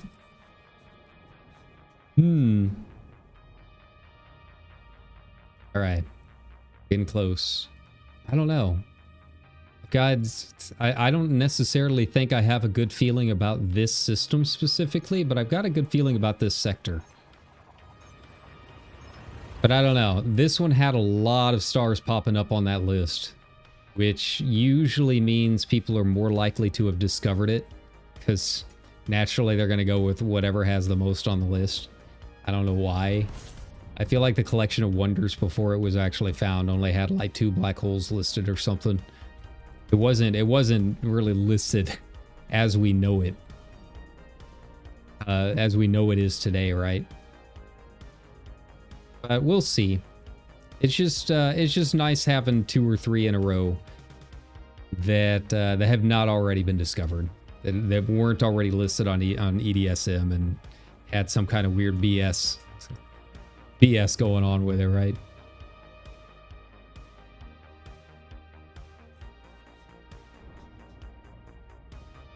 All right.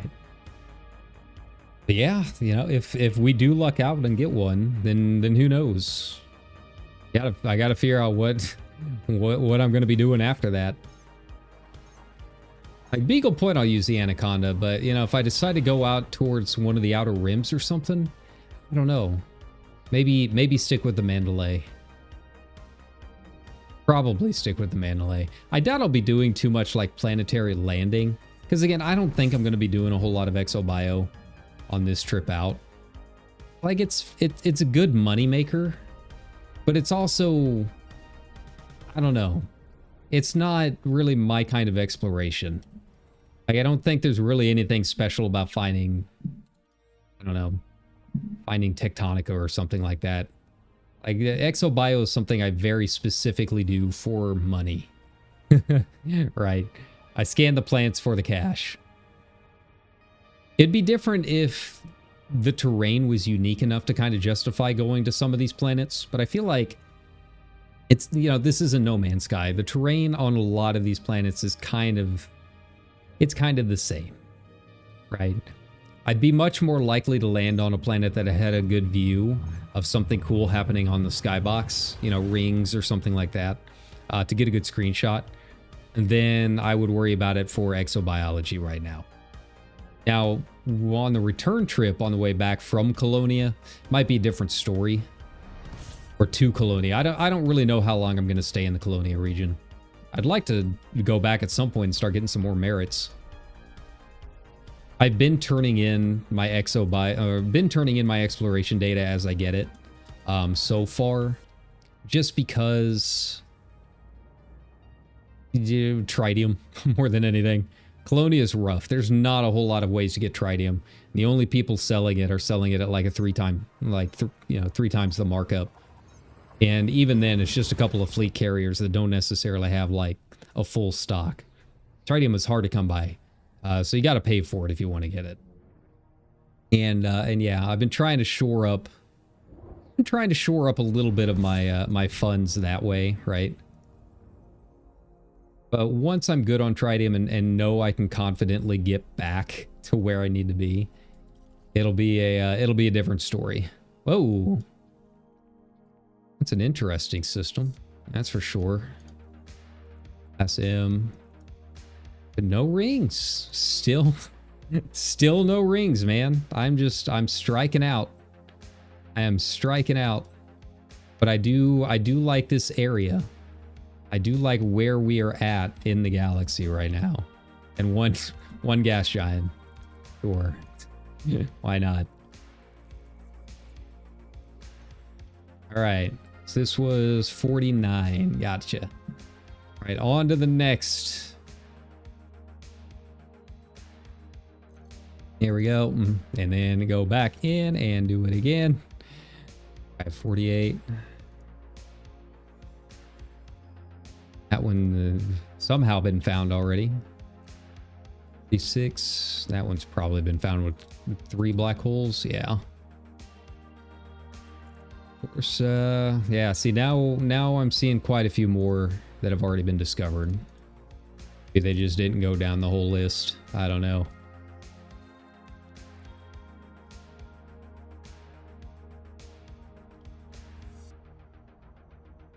All right. We'll zip through these next couple of systems. Probably. Now it's. Oh, is that standard gas giant? Oh, okay.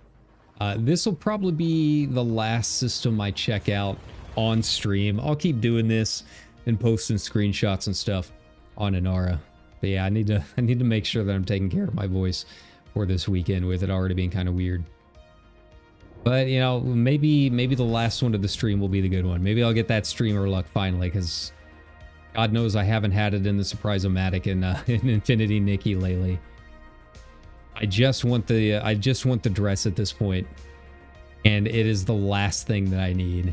I've spent so much money, not actual money, blings, right? Spent so many blings clearing this thing out. Like, I'm not really getting anything out of the bonus banner right now, out of the bonus escalation, because it's all been going to the Surprise-O-Matic. Like, I feel like I'm not actually getting to put the escalation bonus towards anything useful, as much as I wish I could. But I really want that dress. So, you know, there's that. I guess they are going to have patch 1.1 by the end of the month.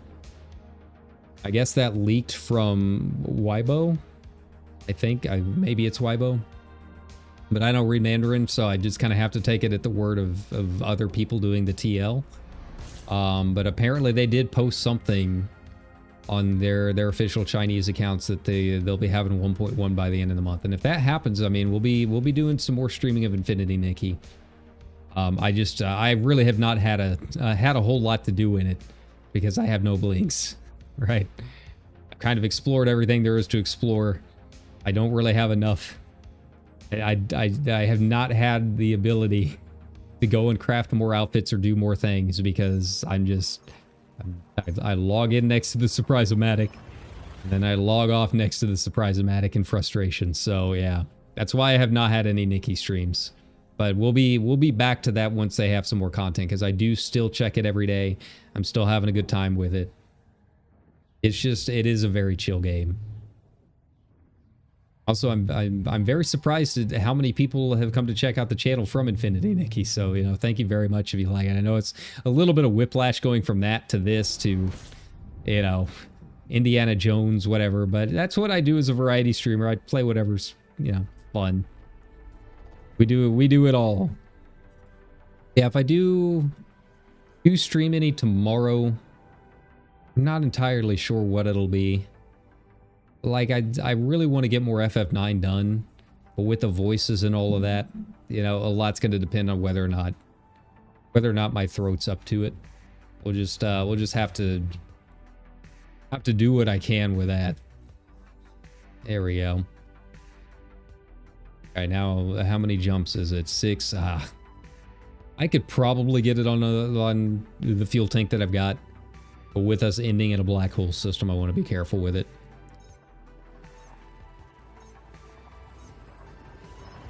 I don't want to risk it. I don't want to risk it too much. So I'll probably do one more round of scooping here in just a little bit. Slow down a little bit as I cross some of these stars. Hydrogen one light second. I need to figure out how to edit Observatory so that it only shows me like my criteria. I know it has like the custom option, but like it's showing like this ring width is 1.16 light seconds, which yeah, it's a big ring.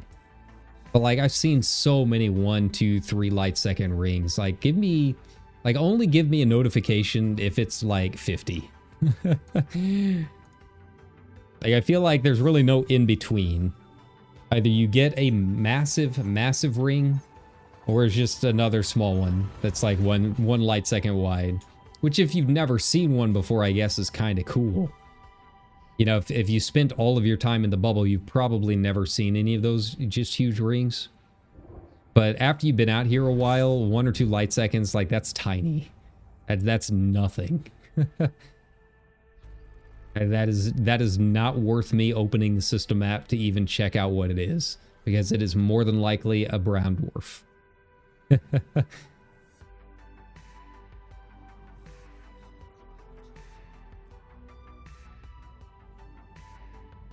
Right.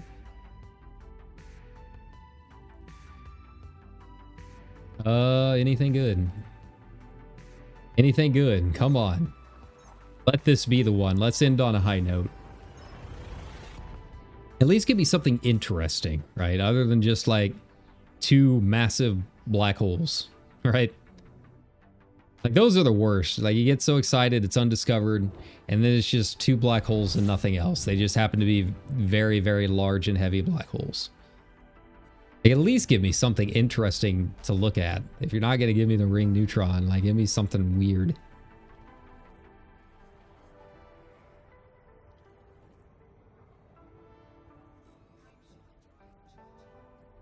All right.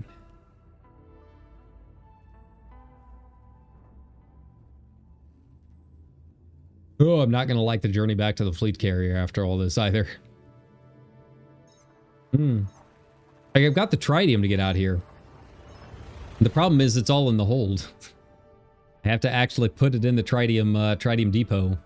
So it's like hauling back, getting back in my cutter, loading up the tritium from my inventory. I saw another rant about that on Reddit, and yeah, that actually is one of those things that kind of genuinely makes me upset. Like, it's so weird that we have the carrier management that you can do remote, but you can't just put all of your tritium in the depot. Like, it has to be in the inventory and then physically moved over for some reason. I don't understand. I assume it was for some weird lore reason, like the tritium depot doesn't technically count as weight or inventory space or something like that. I don't know.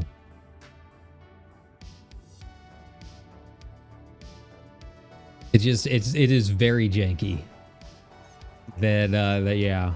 So basically I can do like 9 jumps, 8 or 9 jumps max, and then I have to refuel, which isn't a big deal if you're sitting on the carrier to begin with. But when you're trying to get your carrier to chase after you, it's a little bit different story now, ain't it? Because yeah, this Mandalay, and really my Anaconda too, like it clears space a lot faster than the carrier can jump. So yeah, it's very, very easy to end up 10,000, 15,000 light years out from your fleet carrier before you even know it.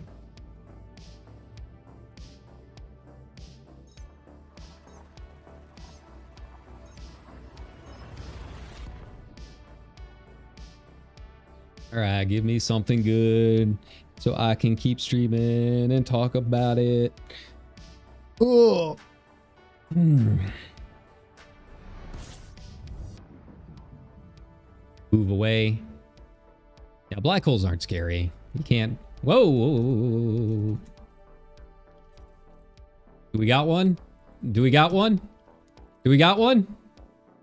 Ah. No. Just that guy. What is that? C2? Yeah. Ring width of 4845. That is a big boy.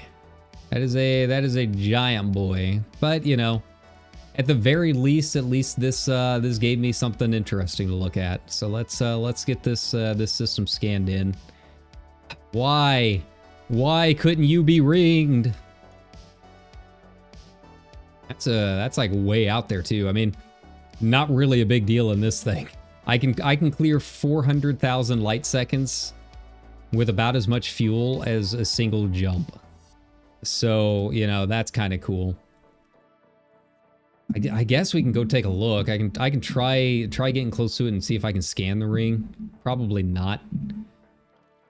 But I wouldn't be opposed to scanning it just in case I want to put it as a marker for my fleet carrier. It's probably not icy rings. They're probably rocky. We can take a look. Anything else here? Ah, Shepherd Moons. Okay. So that's around B1 though. I wonder if B2's got shepherds. With a ring size that large, it almost certainly does.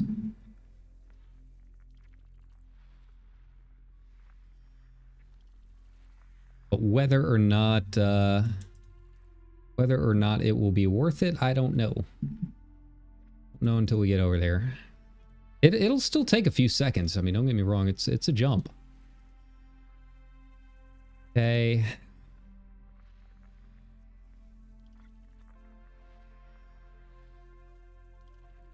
All right, and then we got what? Just a gas giant, just like hanging out here. Where at? Where you at? Ah, there we go. Oh, it's around C. C2. Here we go.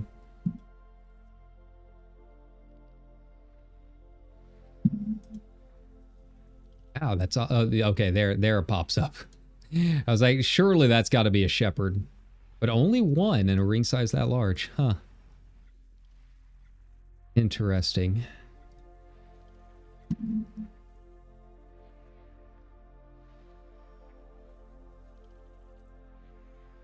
Okay. Maybe. All right. All right. A lot of bodies here. 49. All right, not bad. And anywhere else? There we go. Yeah, C3, of course, it's going to have some. Just disappointing that they're all dwarf stars again. That's so frustrating. For all this time trying to find some stuff.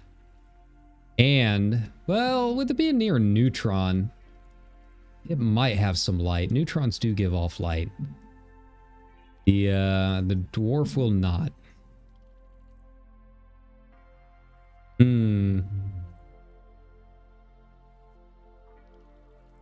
Interesting. Okay. What's my fast orbit? Orbital period of 4.7 hours. Huh. That's interesting.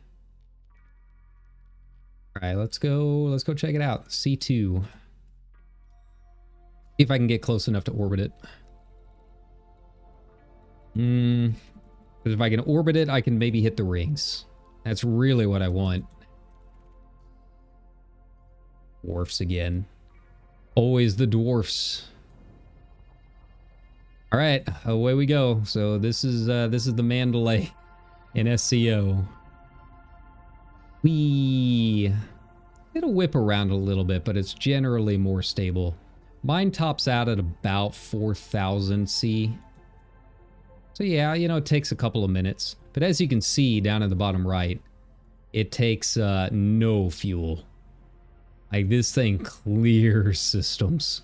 It is so beefy. I am more worried about the approach and whether or not we're going to have some rings in our way, right? I can kind of see the orbital plane, so I'm going to move like this way. Try and do my best to like approach it from the top, if nothing else. And then the other thing, I'm still not great at it. But the other thing is that the Mandalay stops on a dime. It is incredible braking power. So I'm very bad at figuring out the timing on when I should actually just go back into Super Cruise Assist and go from there, right?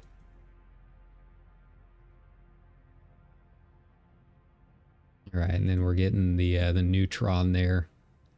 See the distortion, the lensing field trying to pop up.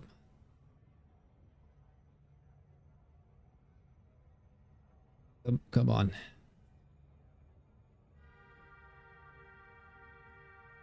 Like 50 is almost too far away.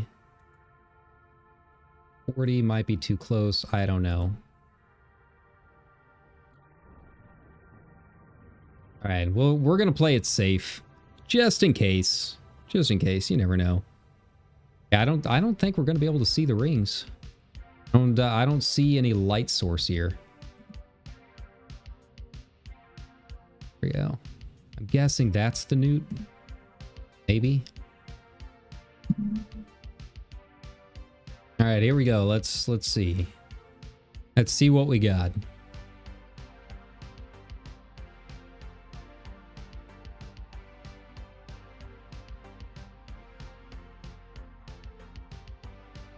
Yeah, I'm guessing that'll be the newt. Now the ring might show up once we get a little bit closer.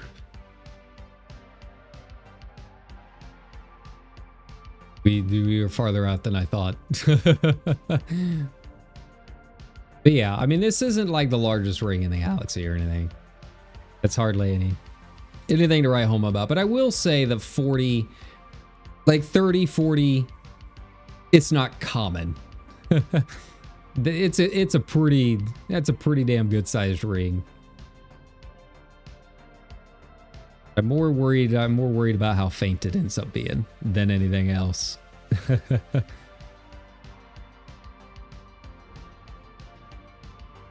All right, and once again, I don't know what the audio levels are like, because you know I got my desktop audio set to its thing, and then I've got YouTube down even more.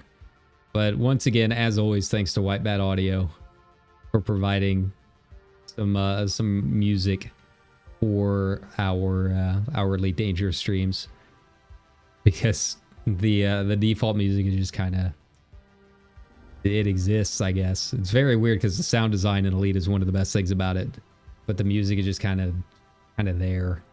It always seems like it tries to make things more tense than it actually ends up being, and to me that's really annoying. If I'm like just out exploring, I don't need like super scary intense music. Like just give me some background vibes, right? Yeah, I don't know if it's popping up on your end with YouTube encoding, but you can very faintly see the rings over on the top one already.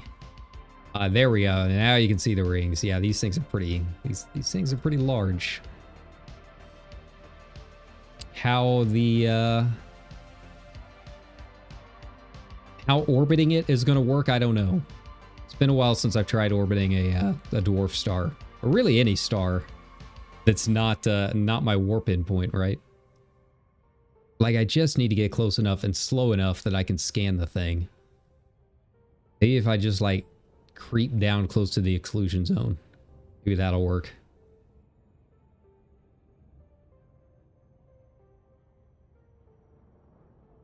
Like this right here, it's a good angle. It's a very good angle. Like the way to get rings like this is you really kind of have to use the gravity to like whip it around to a certain extent. Yeah, you can see the little dot there for the shepherd moon. That's kind of cool. Yeah, if I tried going down to the shepherd moon, the gap between the rings is usually too large for the probes to reach. I mean, they probably will eventually, but it's going to take you forever. Now, to be fair, I can actually see the rings this time. This is probably the first massive ring from a dwarf star where I've actually been able to see the rings. So it'll be interesting to see how that affects my opinion of them. But yeah, usually they're so faint because they really only have shown up for me in black hole systems. And like I said, most black hole systems it just ends up being these dwarfs. Very rarely get anything interesting ringed in them. But now we have a chance.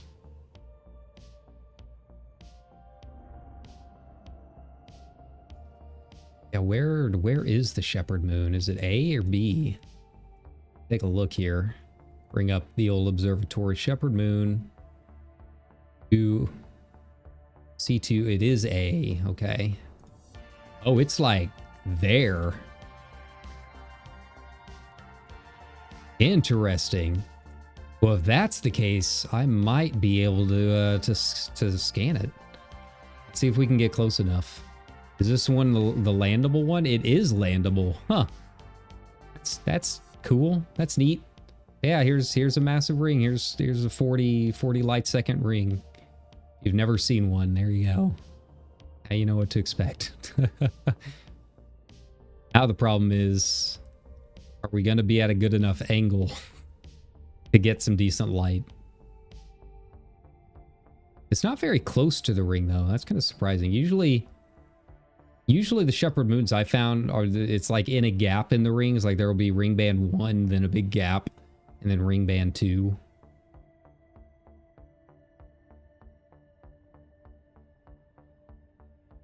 Just get me close enough here. See if I can do it.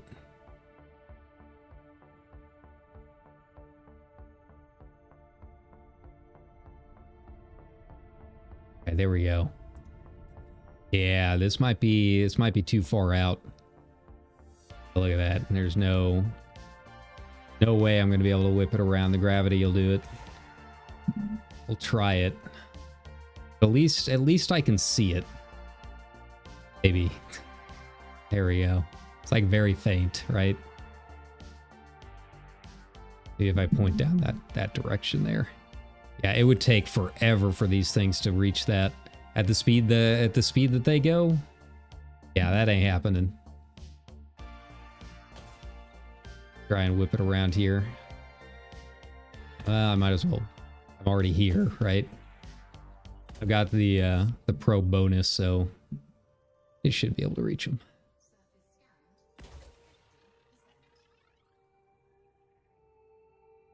You almost kind of have to line it up a certain way. Yeah, see, those are going to miss.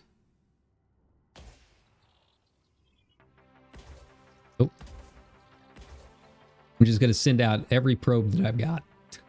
Why not?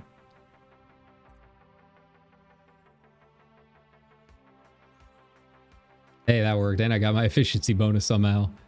There we go.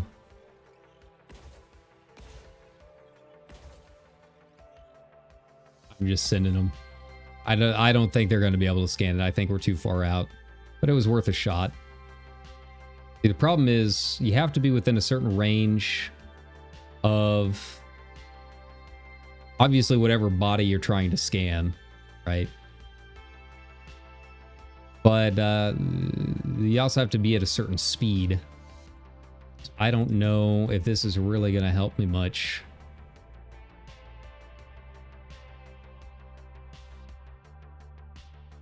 See here, where is the ring again so I don't crash into it? There we go. Make sure I'm going the opposite way of the star.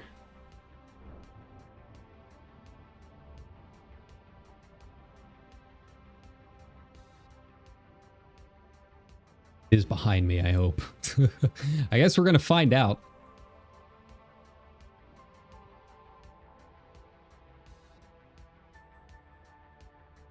Wonder.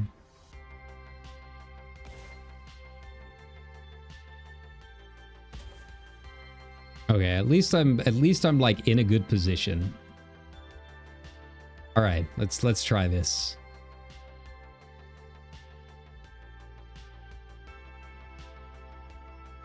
Here we go.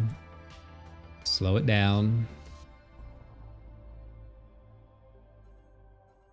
Too far for deployment. Yeah, see, there's the issue.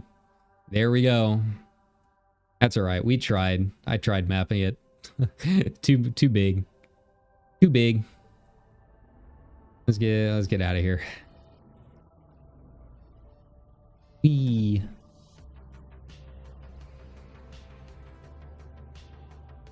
All right. That was a 44. Gotcha.